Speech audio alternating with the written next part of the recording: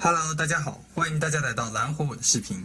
今天打算为大家介绍的呢是几张比较特殊的 Lavapado card，分别是这个购物特点的这 Profile card，就是档案卡。然后另外一张呢则是与幻影甜心的联动卡。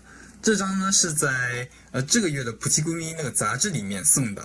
那接下来呢就让我们听一下这两张卡在 Lavapado Shop 里面的音效吧。